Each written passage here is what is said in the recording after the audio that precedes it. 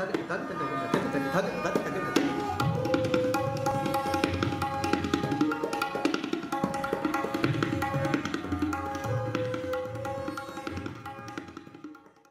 अशरफ और एमन फातिमा वाले प्रोजेक्ट के लिए वो डॉक्टर कमाल मुनीर हैं जी। वो कैम्ब्रिज में एक डिपार्टमेंट मतलब यूनिवर्सिटी में डायरेक्टर हैं, बड़ी ज़बरदस्त बंदे हैं। ज़्यादा ये है कि ट्रेडिशनल पैराडाइम ऑफ ट्रेड, उससे पहले ये कि हमने करना क्या है इन द प्रेजेंटेशन,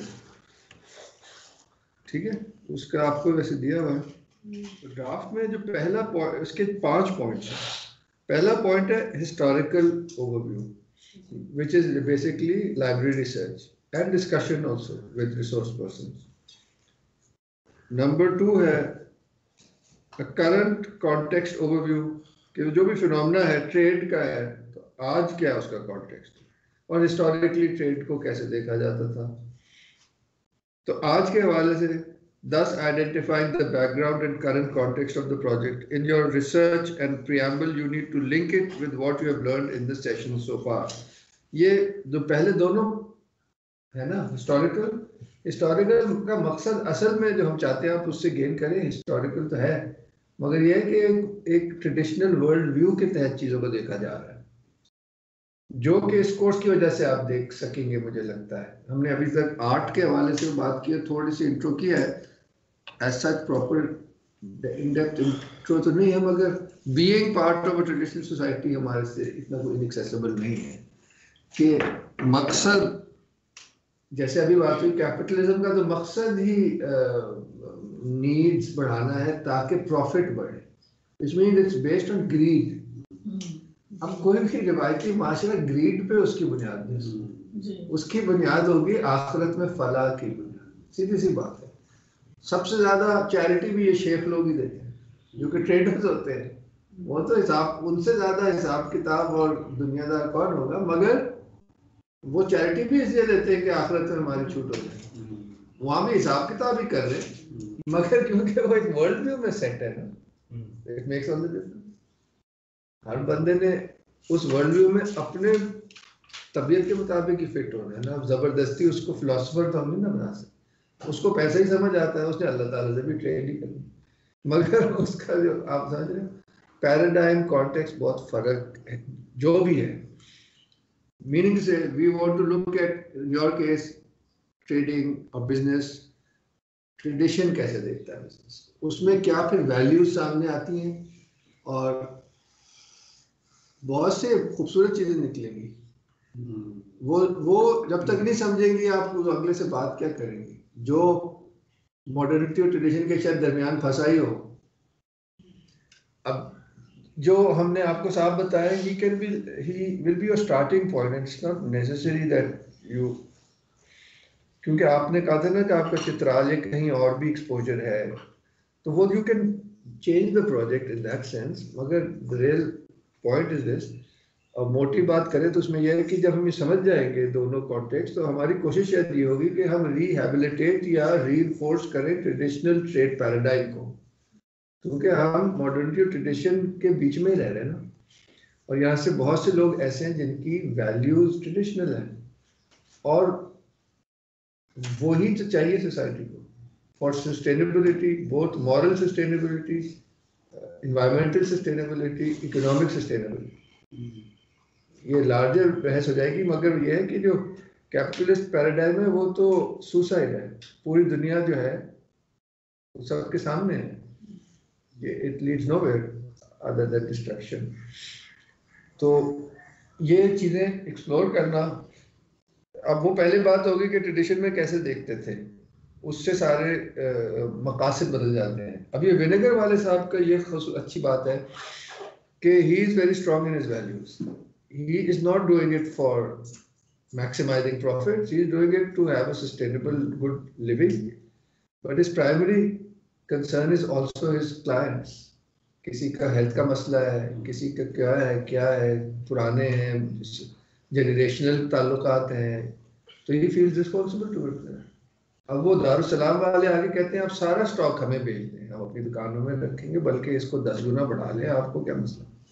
और क्यों बढ़ा लूं बोतलों में बंद बंद करके, मैं मतलब मेरे तो सिस्टम ही और तो वो आप समझ रहे हो क्या कह रहे हैं। तो थियोरेटिकली ये मॉडर्निटी और ट्रेडिशन की मॉडर्निटी शाह साहब नाराज ना हो, सॉरी बोर हो रहे हैं आप, मुझे नजर आ रहा है। शाह साहब ने एक लुक कराई है और चीजें उड़ के, this is also true for everybody else. वो आप उसको अप्लाई आराम से कर सकोगे अपनी अपनी सिचुएशन में। अभी हम करके भी दिखाते हैं जितना मेरे महदूद समझ है। थर्ड होगा कि एन आउटलाइन ऑफ दिस और setting objectives, where is it that the group aims to take the project. ठीक है, ये मैं अब एक एक करके पूछूंगा, अभी इनसे शुरू होगी गुफ्तगू। तो आपके ऑब्जेक्टिव्स के तहत तो अभी बात थोड़ी सी होगी कि उसको रिइंफोर्स करना है या उसकी बुनियाद पर क्या नया प्रोजेक्ट बनाना है, जो भी करना है वैल्यूज के या उसके बगैर तो काम नहीं हो सकता ना। क्यों? और ये बहुत असल में बड़ी बात है। उसमें फिर फर्क नहीं पड़ता कि आप ABC पढ़ा रहे हैं, अलग बे पढ़ा रहे हैं, then that is the material. It is the question is why. मैं अगर एजुकेशन में आ रहा हूँ, एजुकेशन क्यों कर रहे हैं? ट्रेडिशनल पैराडाइम ही कुछ और है। ये तानिया और उनके लिए आज वो है नहीं, लीव पे हैं दोनों, तो रिकॉर्ड हो रहा है, चलो अच्छा है। फराज और तानिया का एजुकेशन में है, तो उसमें बुनियादी सवाल कुछ भी करने से पहले ये कि एजुकेशन है क्या, तो रिवायत किस तरह डिफाइन करती है, उस डेफिनेशन उस ऑब्जेक्टिव की वजह से रिवायत का पूरा निसाब कुछ तरह का है, वो इस वजह से। मॉडर्निटी किस तरह डिफाइन करती है, उससे फौरन समझ आ जाता है कि निसाब इस तरह का क्यों है। This is for them. So after that then our objectives more और लेस खुद ही सजेस्ट हो जाते हैं कि हम कौन सी चीज को ऑब्जेक्टिव बनाना चाह रहे हैं, नौकरी को या इंसान बनाने को, एज द प्राइमरी ऑब्जेक्टिव। ये नहीं है कि पिछले जो लोग थे वो नौकरियां नहीं करते थे या वो हिसाब किताब नहीं करते थे, वो तो करते थे मगर वो मदरसे से ही पढ़ते थे और मुंशी फाजिल वाज द मिनिमम। उसका मतलब नहीं कि आप कहीं भी नौकरी आप क्लार्क लग सकते हैं, किसी की बिजनेस के आप क्लार्क लग गए क्योंकि आपको हिसाब किताब पढ़ाते थे मौलवियों को, मैथमेटिक्स, आप इंजीनियरिंग साइड पे भी जा सकते थे क्योंकि वो ज्योमेट्री भी सिखाते थे, आप स्टडीज की साइड पे भी जा सकते थे क्योंकि अरबी फारसी भी सिखाते थे, आपने आलिम बनना है तो वो भी सिखाते थे। तो ये 1950s 60s से ऐसे हुआ कि सोसाइटी हमने मदरसे को बिल्कुल निगलेक्ट कर दिया, तो उनके पास। और दूसरा पॉइंट कि एजुकेशन वाज ऑलवेज फ्री, हम सोच नहीं सकते। तो उस फ्री सिस्टम में सोसाइटी उनको सपोर्ट नहीं कर रही थी, तो उन्होंने अपने सारे सब्जेक्ट्स सुकेट के सिर्फ उन्होंने कहा कि सबसे इंपॉर्टेंट चीज़ है हम उसको ही बचाएं, which was just the religious sciences, और उससे रिक्वायर्ड लैंग्वेज। तो उसमें हमें बहुत लॉस हुआ। जो प्राइमरी मोटिव था कि बंदा बनाना, उधर भी थोड़ा सा प्रॉब्लमेटिक हो गया, वो खास कड़क आलिम बनता है सिर्फ। जबकि अभी 15 साल पहले में जो अब हेल्थ में करेंगे वो आप देखेंगे कि वो तिब भी was part of the curriculum, यानी कि जो इमाम मस्जिद है वो आपका इलाज भी कर सकता है। तो वो अभी डिसमेंटल हुआ है for all of this war और टेरर के ज़माने में बड़ा हुआ, तो मदरसा स्टूडेंट्स लेने बंद कर दिए, जबकि वो मदरसा students were a large part of Tibbia college because they also knew the Arabic. इधर तिबिया कॉलेज में क्या किया कि वो अरबिक ड्रॉप करना शुरू कर दी, तो वो सोर्सेज से कट होना शुरू हो गया। तो ऑल पैकेज है, जैसे स्टडी करेंगे बहुत चीज़ें सामने आएंगी। First was tradition view of it, second was modernity's view of the subject, third is what you want to achieve by this thing, and then obviously why you defending your objective. जैसे मैंने कहा कि अगर हम capitalist system पे चलेंगे तो तबाही है, that's why। उसमें ये एक होलिस्टिक सा व्यू है, उसमें सिर्फ पैसे कमाना नहीं है ट्रेड पैराडाइम में, बल्कि ये भी हमें फायदा है, यहाँ तक कि हेल्थ को फायदा है। आप आर्टिफिशियल विनेगर बना बना के बेचेंगे, उसके कितने नुकसान है, जो ऑर्गेनिक विनेगर है उसके बहुत फायदे भी तो है ना, as the thing itself apart from the. तो why defend your objectives, and lastly how. This is really the end product कि हमने जो प्रोजेक्ट बनाना है, तो जैसे आपने फॉरेस्ट लगाना है, सिंपल है, वो तो लगाएंगे इंशाल्लाह। तो वो पूरा एक चैलेंज होगा, वो मेरे ख्याल से उसकी डिटेलिंग नेक्स्ट आगे आएगी ना, स्टेप बाय स्टेप। उससे पहले होगा वाई, क्यों लेना। तो अभी हाँ, तो हाउ में आएगा कि here there will be challenges, constraints will be identified। अच्छा मेरे अभी आते हैं ना वन बाय वन, मुझे अभी आउटलाइन दे देना। Constraints will be identified with practical steps and the division of responsibility for its achievement with budgetary outlines। ये पे प्रोजेक्ट डिजाइन है। ये तो कहने का मकसद है कि इस स्टेज में आपने ये ड्राफ्ट पॉइंट्स आर्टिकुलेट करने, 5 पॉइंट्स हैं, इसको 7-8 मिनट में आपने बस बयान कर देना, क्योंकि उसके बाद काम करेंगे तो आगे डेवलप होगा। और जिससे आपको पता हो कि स्टेप्स क्या हैं काम के, कि पहले हमने ये रिसर्च वगैरह करनी है, फिर ये करना है, उसकी कोई टाइमलाइन देंगे, क्योंकि उसको खींचना नहीं है। कि असल मकसद हमारा है कि ऑन द ग्राउंड वाले प्रोजेक्ट पे काम शुरू हो। So we don't want to spend too much time on the theory, but you should know and that will guide your action. तो उसमें we'll try to put you in touch with appropriate people also। तो और वो ongoing भी रह सकती है ना। अब हम शुरू करते हैं आलिया हुसैन और बुशरा नज़ीर के प्रोजेक्ट से, which is urban forestation। इसमें आपकी दोस्त फायजा नून को बताया था फैकल्टी, तो वो तो इन हाउस ही है हस्टनीज की, तो काफ़ी चांसेस है कि मान जाएंगी और आराम से देखेंगे अपनी ईमेल। तो आपका इसी मैट्रिक्स में देखा जाए तो जो नेचर है या फॉरेस्ट है, उसकी जो अंडरस्टैंडिंग है ट्रेडिशन में, वो आपने देखनी होगी। वैसे 2 लाइनों में आप लिख दीजिए। नहीं मसला नहीं, हाँ। और करंट कॉन्टेक्स्ट में नेचर को कैसे ले जाता है, फॉरेस्ट को कैसे ले जाता है, और करंट कॉन्टेक्स्ट ये है कि डिफॉरेस्टेशन और जो एनवायरमेंटली जो नेगेटिव चीज़ें पैदा हो रही हैं प्लांट्स के ना होने से, पोल्यूशन वगैरह के हवाले से। आजकल की बहस तो मटेरियल चीज़ों पे होती है ना, इकोनॉमिक रिसोर्स के तौर पे देखा जाता है, और उसके ना होने की जो प्रॉब्लम है वो आइडेंटिफाइड है। मॉडर्निटी अब समझ रही है, नहीं अब वो कह रही है कि हम सांस नहीं ले पाएंगे इसलिए लगाओ। यानी कि मटेरियल लेवल पे प्रॉब्लम शुरू हो गई ना उस फिलॉसफी पे काम करने की, जो हाइपर इंडस्ट्रियलाइजेशन हुई है just to cater to artificial needs. काट के फॉरेस्ट हम खत्म कर दिए। दूसरी तरफ ग्रीड है, इलीगल कटिंग ऑफ फॉरेस्ट हुई है। सारे पाकिस्तान के फॉरेस्ट जो है वो इलीगली काट के बेच दिए हैं, ये दरवाजे खिड़कियां बनाने के लिए। ये नहीं कि दरवाजे खिड़कियां पहले नहीं बनते थे लकड़ी के, मगर सस्टेनेबल तरीके से बनते थे कि जितने आप काटते थे उससे 10 गुना लगाते भी थे, एक बैलेंस से चलते थे। हमें बात समझिए, आपने रिसर्च करनी है कि पहले फॉरेस्ट की ये सस्टेनेबिलिटी कल्चर्स कैसे करते थे। एक तो ये है, दूसरा है कि मानवियत के हिसाब से भी जो दरख्त वगैरह वो कुरान और हदीस में भी आते हैं। ये बेजान चीजें नहीं है, बताया गया है कि ये इबादत कर रहे हैं। हुजूर ने जितना ना काटने पे और क्यों ना काटने पे और एक पत्ता भी तोड़ने पे ये लिटरेचर आएगा। अगली दफा आप दरख्त को उस तरह देखेंगे ही नहीं, एक मीनिंगफुल एंटिटी हो जाएगी।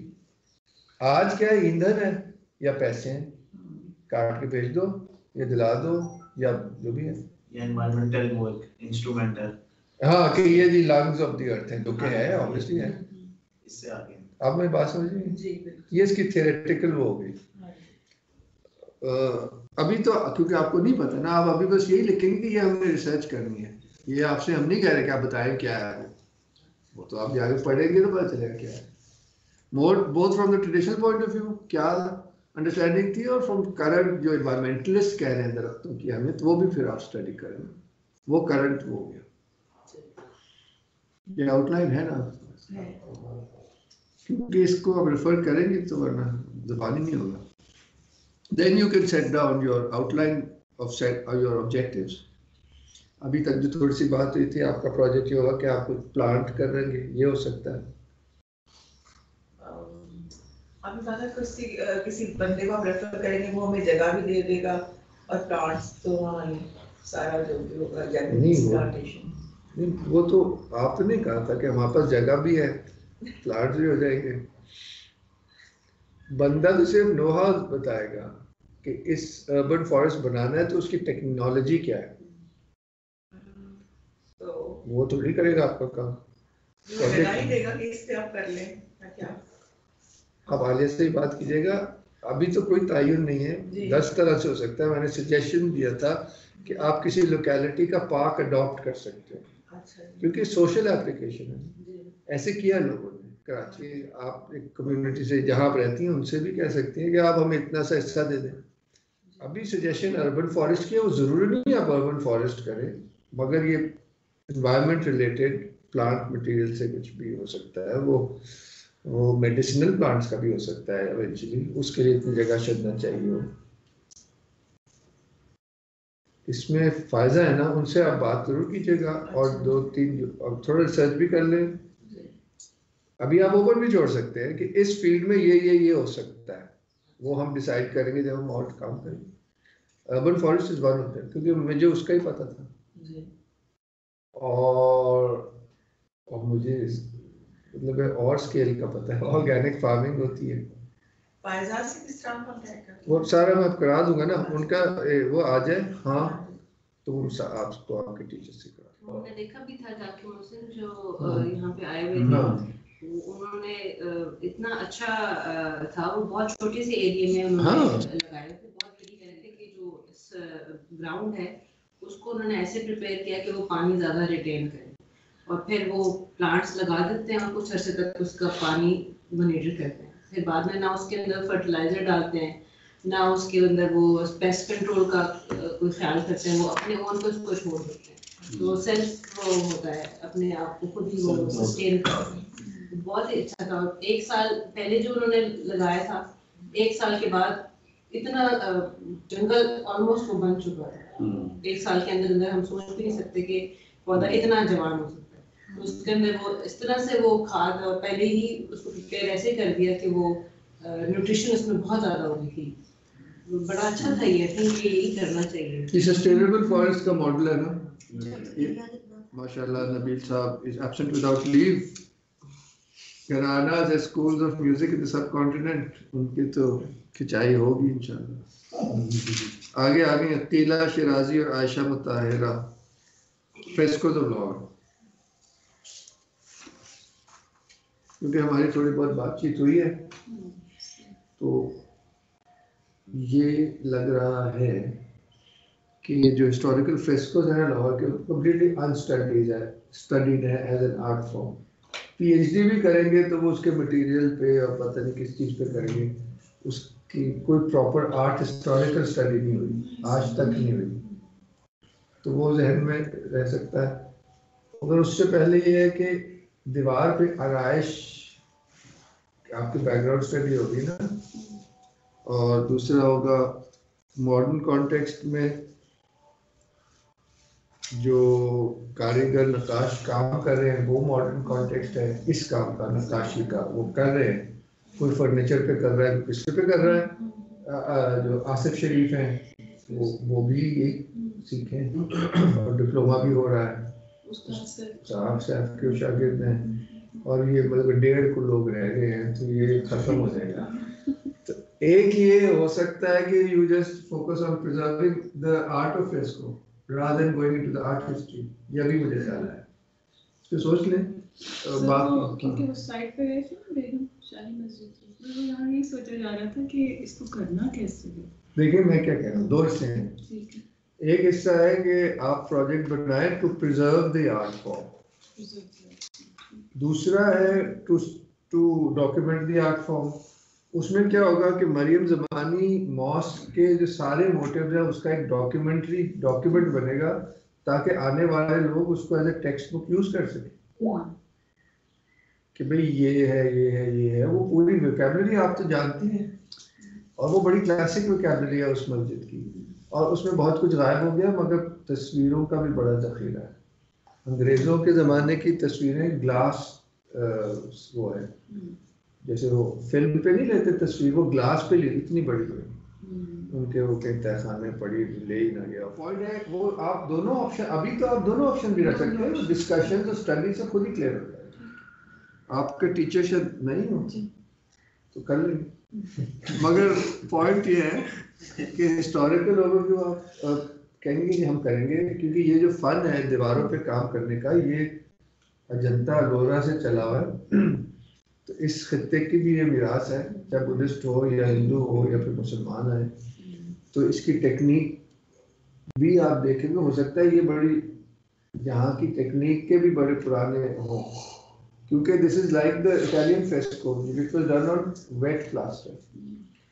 अब वो हर जगह नहीं होता ना, प्रॉब्ली ईरान का भी मुझे नहीं पता, वहाँ जो बंदे थे वो तो ये कहते कि नहीं ये वो नहीं है, ये तो किसी और तरह से स्टेबल किया है, गीले प्लास्टर में नहीं, बल्कि पिगमेंट में रेजिन या कुछ मिला के उसको इनामल टाइप, दो तीन तरह होते हैं ना, वाटर बेस्ड होते हैं, ऑयल बेस्ड होते हैं, या ये वेट प्लास्टर। ये बड़ा यूनिक है, ये इस खत्ते की चीज़ है।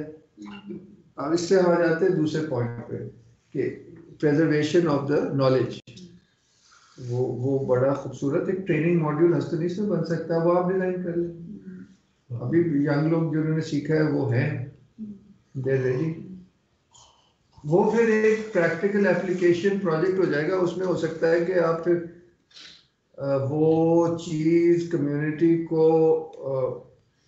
पेश करें कि अगर आप ये चीज़ बना रहे हैं या ये फाउंटेन बनाएंगे, उसकी बैक पे जो फ्रेस्को है वो आप ऑर्गेनाइज कर दें। फिर वो एक प्रैक्टिकल साइड ज़्यादा सॉलिड हो जाएगी। And I think you being an artist, हम वो रिकॉर्ड तो करते रहे, वो आसानी खत्म हो जाए तो फिर क्या फायदा रिकॉर्डिंग का।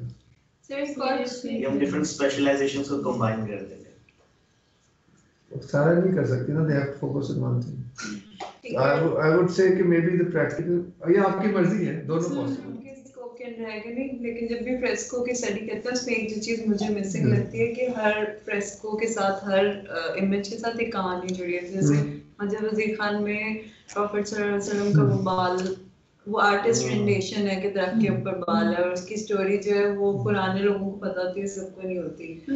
और फोर्ट में भी फोर्ट में भी जितने भी फ्रेस्कोज हैं उसमें कुछ बड़े यूरोपियन और रोमानियन एक्रोबैट्स की भी तस्वीरें हैं, बट नोबडी नोज कि ये कहाँ से आई, क्योंकि उनका कोई ताल्लुक ही नहीं है वहाँ पे हमारे ईरानी ट्रेडिशन से या इवन पाकिस्तानी। तो अगर उसकी स्टोरीज, अगर ये आर्ट हिस्टोरिकल में जाएगी तो फिर ये सब रेलेवेंट होगा कि उसकी जो वोकैबुलरी है वो क्या है, उसकी मानवियत क्या है, उसकी वजह लगाने की क्या है। और ये हमारा पर्टिकुलर केस स्टडी है कैमरी के लिए, बेगम शाही मस्जिद है, इसके मोटिव्स हम सारे डॉक्यूमेंट करके एक टेक्स्ट बुक बनाएंगे to be used by art students and artist and fresco artist. इस तरह के मुझे फोर्ट में मिली थी, ये मुझे नहीं लगता कि ये जिन है, ये जिन है, देव है। हां ये चीज ओड़ा है, देव ओड़ा है। इंटरेस्टिंग पॉइंट है, इमेजरी की स्टडी फिर बनेगी बहुत जबरदस्त, वो एक अलग है। हसन मलिक एंड मोहतशिम जावेद, इसका ज्यादा है what he wants to do is, I don't know आपस में डिस्कस कितना किया हुआ, मगर उन्होंने रिसर्च की भी initial, and he wants to do के क्लेंजिंग उसकी नेचुरल तरीके से कम्युनिटी को इन्वॉल्व करके कैसे करें। ये बात हुई भी थी पिछले डिस्कशन में, 3 डिस्कशन हो चुके, ये चौथा है जी। तो वो बिल बहुत ही अच्छा है, अगर फिर focused on that, that's excellent. तो वो ये है कि अली हबीब से जवाब आ गया सबसे पहले, तो वो भी अमेजिंग रिसोर्स पर्सन है। He was the head of WWF and many projects related to environment and nature। और इसमें मोहतशिम और हसन ने पहले जैसे कहा कि पानी की अंडरस्टैंडिंग क्या है ट्रेडिशन में, वो बड़ी ज़रूरी है। उसी अगर एक तरफ है कि पानी is life, as Mohtashim himself was saying, I think in the last discussion, and at the same time you have the पानी in the Quran, in the prophets saying, and उससे रिलेटेड फिर उसकी जो सारी सिंबलिज्म है वो बहुत डीप है।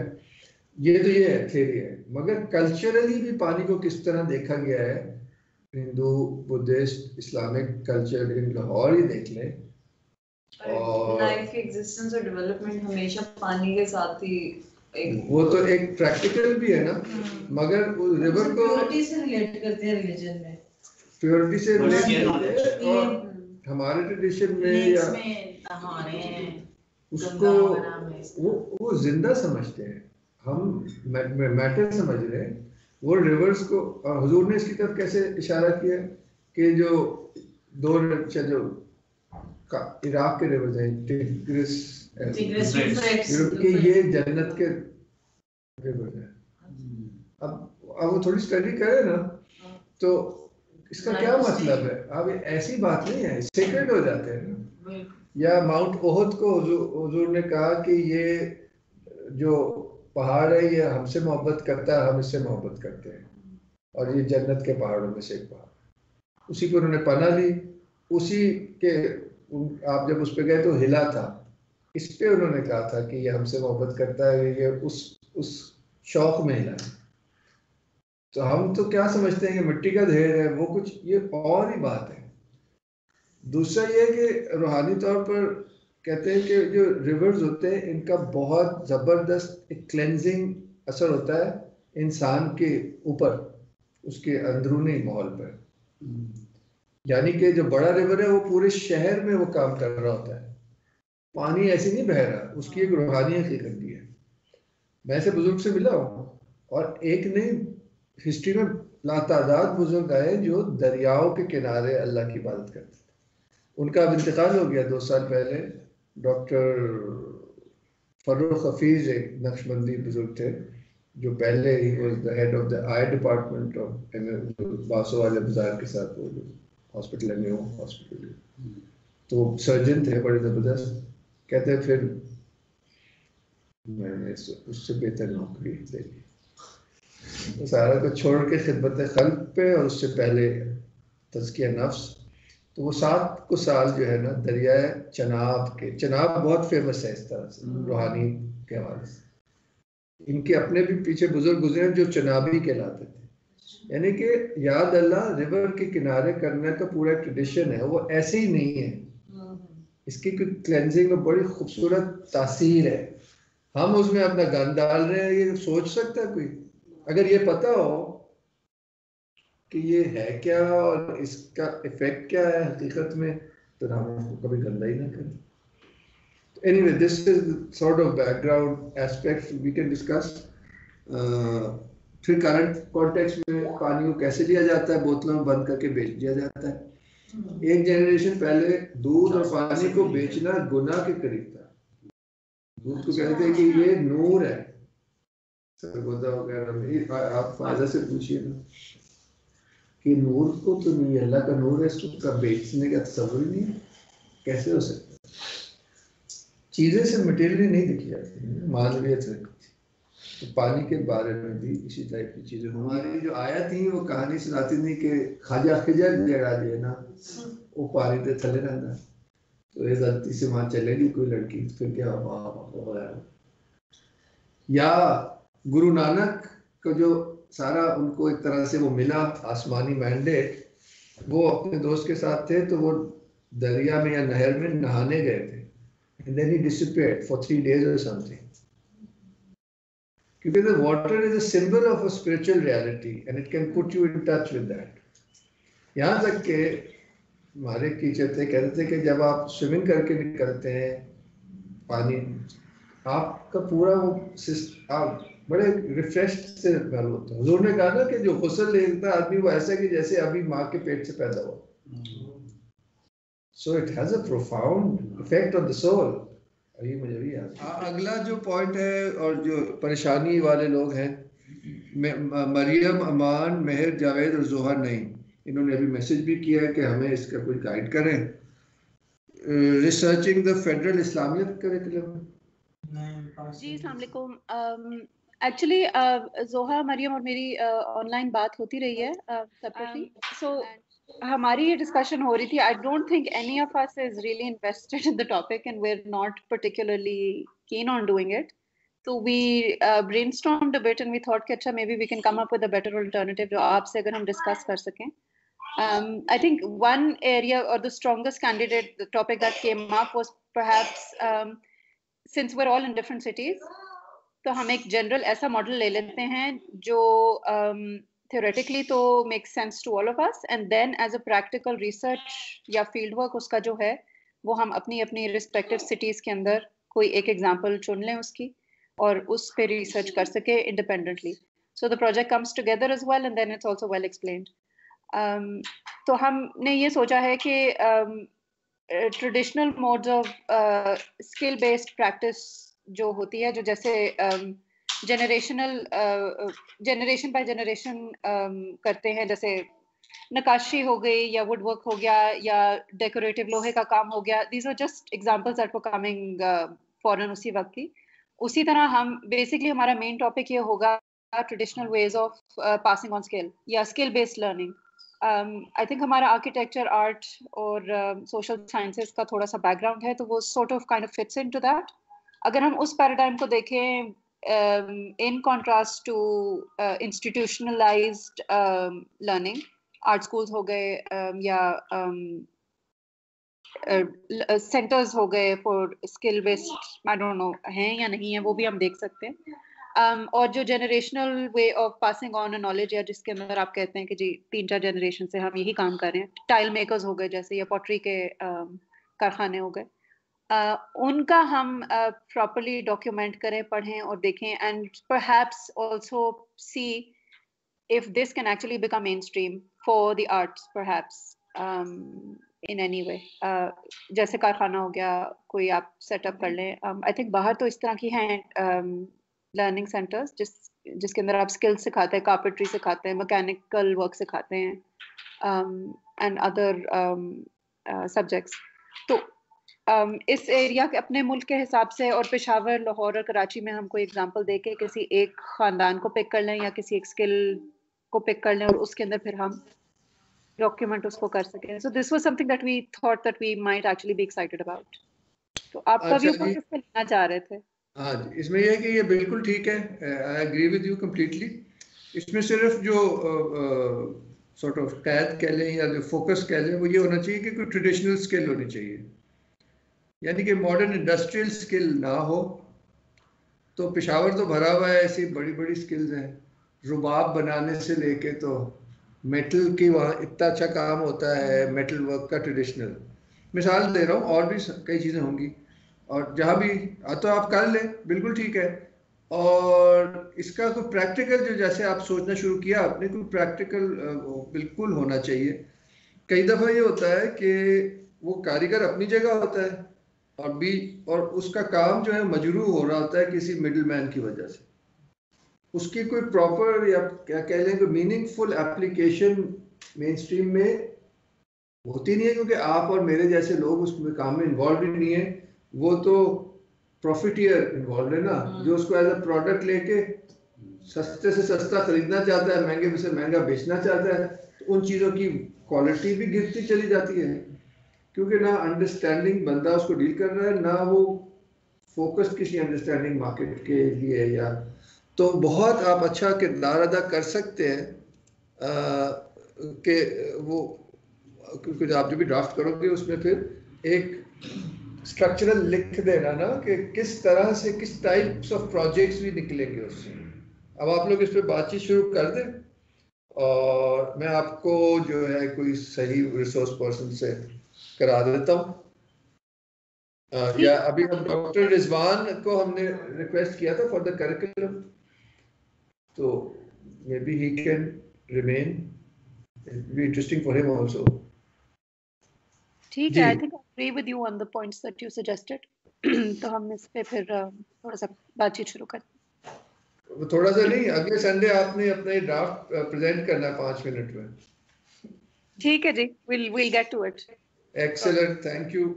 आगे जी फराज और Tania, traditional and modern paradigms with in education in the subcontinent. ये तो आज की सारी डिस्कशन से और उनसे ये बात पहले भी हुई जो आज की है कि 5 पॉइंट्स के तहत वो फोकस्ड कर ले. पहले कैसे एजुकेशन, उनको मैंने सजेस्ट किया था कि या प्राइमरी पे फोकस कर लें, क्योंकि वो बुनियाद होती है। पहले 10 साल होते हैं, उसका पूरा एक पैराडाइम था रिवायत में। स्कूल वगैरह में नहीं भेजते थे, घर में ही होता था। वालदा और नाना दादा और वालिद से पढ़ते थे, और वो ऐसे ही नहीं, वो पता होता था क्या पढ़ना है, क्योंकि उन्होंने भी पढ़ा होता था। बेसिक टेक्स्ट होते थे, ये कुरान बहुत अहम होता था। 7 साल की उम्र तक कुरान पढ़ चुके थे। तो इसकी वजह होगी ना कि क्या, किस तरह से, और पहली किताब क्या पढ़ाते थे, इतनी सी आप लोगों से फारसी उससे शुरू की थी, वो शादी का करीमा जो है, पंदनामा या क्या कहते हैं उसमें अच्छी डिस्कोर्सेज हैं, good qualities and bad qualities. क्योंकि मकसद तालीम का इंसान बनाना है, तो वो उसकी बुनियाद में ही रख दिया कि सच बोलने का क्या है और झूठ का बोलने का क्या है, और हमारी सिचुएशन क्या है खुदा के सामने और अपने नफ्स के सामने। करीमा जो पोएम है बच्चों के लिए, वो शुरू ही इससे होती है कि ए करीम हम पर करम कर, क्योंकि हम तो अपनी ख्वाहिशों के जाल में फंसे हुए हैं। कि बच्चे को आप सिखा रहे हैं तो बाद में उसको समझ आएगी, मगर उसके पास मवाद तो होगा ना।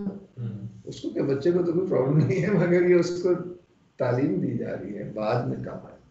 आगे चलते हैं जी। मोहम्मद उस्मान सलीम और सैयद रमीज हैदर साहब, वाटर फाउंटेन। ये तो बात बड़ी ज़बरदस्त, सारी बात पानी की होगी। इसमें थोड़ा सा आपका एंगल दरियाओं वगैरह से हट के सबील की तरफ आएगा। सबील का ट्रेडिशन जो है ना, पब्लिक फाउंटेन्स का इस्लामिक कल्चर सिविलाइजेशन में, सिटीज में बहुत किरदार है। उस्मानियों ने, ऑटोमन्स का जरूर देखिएगा, और अपना मुझे पता ही नहीं है, माशाल्लाह से अपना तो कुछ पता नहीं होता।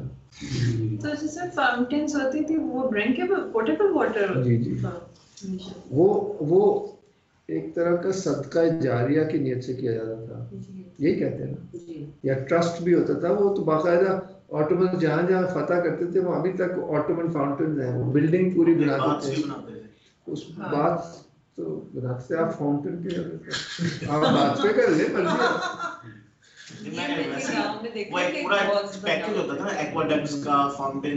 फाउंटेन एक अलग अपनी जगह चीज है, पानी पीने की बस। आप स्टडी करें ना, बड़ा मजे का।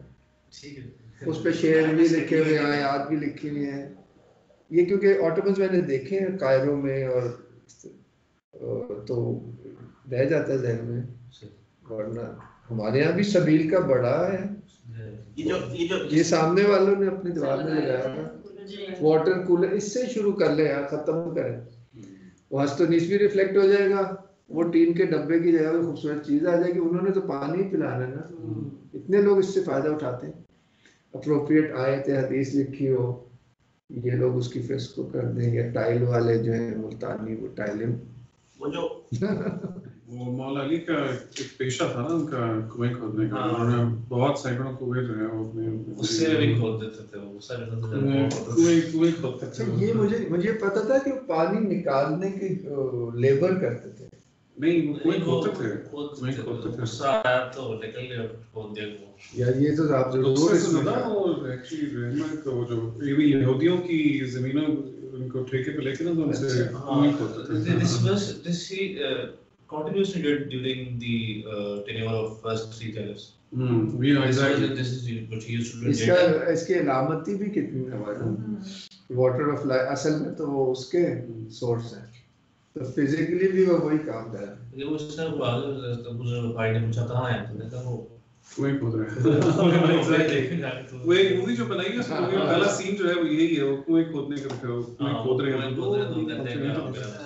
मॉस्क वगैरह में होता है, जिस तरह वो आपने बड़ी ज़मानी मॉस्क का ही है, उसमें सेंटर में उन्होंने वो बनाया हुआ वजू का एरिया, जहाँ पे फाउंटेन टाइप उसका लुक अलग है। हाँ, वो भी एक कॉन्सेप्ट है। ये तो मस्जिद का पानी की तरह डिजाइन वैसे है, थोड़ा स्टडी करना। The city of Toba Teksing है, वो टेक्सिंग वहाँ पे एक सिख था जो लोगों को पानी पिलाता था घरों में से, जहाँ पे रेलवे वर्कर्स थे। उसका नाम टोबा टेक्सिंग पड़ गया था कि दिस इज द प्लेस जहाँ पे टेक्सिंग सबको पानी पिलाता है। क्या बात आप कह रही हैं कि इसकी वेरियस जो फॉर्म्स हैं वो इनिशियल स्टडी में सारी भी आ सकती हैं, माशकी से लेके तो जो कम्युनल पॉन्ड से लेके तो मॉस्क फाउंटेन से लेके तो पब्लिक फाउंटेन वगैरह वगैरह। वो चौलिस्तान के अंदाज वाला कुआं भी आता है जो पूरा को यूं करके अंदर। हाँ अच्छा, फॉन्ट बनाए होते हैं चौलिस्तान। बावली सना निजामी, सईदा कोमल फातिमा हेरिटेज कॉन्जर्वेशन, ये कल हमने बात कर ली थी, याद कराने क्या? बस यही बात की थी आपने। एक जगह है, एक सिख समाधि आप कह रहे हैं, और उसके ऊपर आप लोग ऑलरेडी काम कर रहे हैं, और वहाँ के जो करीब एक यूनिवर्सिटी है उसके स्टूडेंट्स को आप एंगेज करना चाहते हैं कि वो उसके थ्रू वो अलाइव रहे। वो और बाकी शहर के भी स्कूल्स हैं, वो तो बड़ा बड़ा नेटवर्क हो सकता है। और तीसरा ये जो कम्युनिटी है, यानी कि आपके जो सस्टेनेबल साइड है ना, कम्युनिटी साइड, ठीक है, कंजर्वेशन तो फिजिकल है, वो कर लेते हैं, वो फिर उसकी देखभाल कौन करे, और उसको बामानी वो भी तो किसी वजह से कर रहे हैं ना कंजर्व। आपके उसमें आएगा कि वाई कंजर्व, एंड देन जो भी आजकल क्या लॉज है नहीं है, तो आप फिर वो 5 की उसमें से उसको गुजारिएगा, और आपका जो भी रिसोर्स पर्सन है उसको आप ईमेल कर दीजिए। मेडिसिन आपका वो है जी, ये है कि मेडिसिन ट्रेडिशनली हेल्थ को देखा कैसे जाता था जी, तो आज कैसे देखा जाता है, और ट्रेडिशनल प्रैक्टिस के आज क्या हालात हैं, कितने स्कूल्स है, क्या है क्या नहीं है, तो वो आप वो है वो 5 पॉइंट्स है ना जनाब, सर जो हमने 5 बेसिक पॉइंट्स शुरू में बताए हैं उसी के पॉइंट ऑफ व्यू से सारा करना, ठीक है। हेल्थ को practice of traditional health practitioner को देखना है, तो उसमें हिस्टोरिकली टुडे एंड देन क्योंकि ये बहुत ज़बरदस्त तरीका है इलाज का, ये मानी भी बात है इसमें कॉन्शियसली, और इसलिए डिफेंड कैसे करेंगे, ऐसे ही करेंगे कि बेहतर हेल्थ की प्रैक्टिसेस अपनानी चाहिए।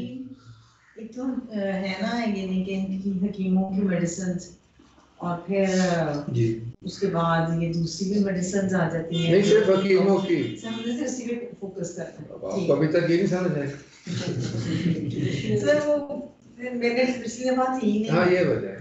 और उसके बाद अजमन साहब से मैंने रब्ता किया तो उन्होंने कहा कि मुझे भी नहीं कुछ पता, कि मैंने भी नहीं सुना।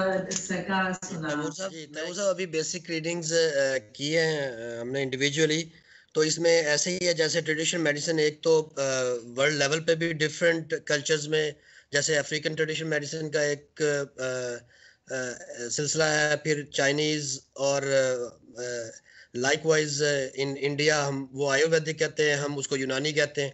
ये सारे सिस्टम्स थोड़े से हम इंट्रोडक्टरी चैप्टर में डिस्कस कर लेंगे, और फोकस रखेंगे अपने वाले पे, यूनानी जिसको हम कहते हैं। ठीक है। फिर उसका जिस तरह आपने कहा है कि प्रेजेंट आजकल क्या स्टेटस है उसका, प्रैक्टिस का क्या है, और सीखने सिखाने का क्या है, उसमें है कितने इंस्टीट्यूट्स हैं, और ट्रेडिशनली क्या चल रहे हैं, ऑर्गेनाइज चल रहे हैं। फिर लाइकवाइज वो बाकी जो 3 आपने चैप्टर्स, उन चैप्टर्स में बाकी चीज़ें डिस्कस कर लेंगे, और कोई 1-2 चीज़ें लेके उस पर फोकस कर लेंगे, कोई 1-2 क्लिनिक्स या 1-2 शहरों का। फिर मॉडर्न उसमें दे देंगे, जैसे ये हमारी मॉडर्न कंपनीज इवन बन गई है, नॉन ये जो हमदर्द, करशी, और इवन ग्लोबल लेवल पे भी इसकी जो एक्सेप्टेंस है उसको भी इनफेक्ट टच कर लेंगे। बहुत अच्छा है, और इस हवाले से आप क्योंकि बड़ा सही लाइंस पे सोचे, मेरे जहन में आ रहे हैं, एक हकीम है जिनको हम जानते हैं, वो छोटे से एक उनकी क्लिनिक है, मतलब छोटी सी भी छोटी, उनका डेस्क ही उसमें फिट आता है, मगर वो उस्ताद आदमी है, तिबिया कॉलेज में पढ़ा रहे हैं, उससे पहले उनके वालिद पढ़ाते थे, और वो दवाइयाँ खुद बनाते हैं या उनके स्टूडेंट्स बनाते हैं, तो उनका may be just focus on him, क्योंकि इतनी बड़ी रिसोर्स है शहर के लिए, नो हार्डली एनीबडी, बस वर्ड ऑफ माउथ से ही है। रेहान साहब आपके जो रिसोर्स पर्सन है ना, उनसे भी बात हुई भी है, उनके पास और भी काफ़ी हकीम है, तो उनसे भी बात कर लेंगे। मगर ये जो आपने आउटलाइन दिया बिल्कुल ज़बरदस्त। अगले संडे आपने बस इसको ज़्यादा लंबा चौड़ा नहीं करना शायद अभी, वो तो आप रिसर्च करेंगे तो इसके मवाद पैदा होगा। अभी आपने सिर्फ ये जो अभी जिस तरह आपने मुझे बताया ना पॉइंट फॉर्म में, ये एक स्केच सा आपने पेश करना है हमारे सामने विद इन 5-7 मिनट्स, तो सब अल्हम्दुलिल्लाह कुछ क्लैरिटी आई है हमें भी, आपको भी। तो now I will put you in touch with your resource person, जो ठीक है जनाब? ठीक है सर, Excellent. Thank you.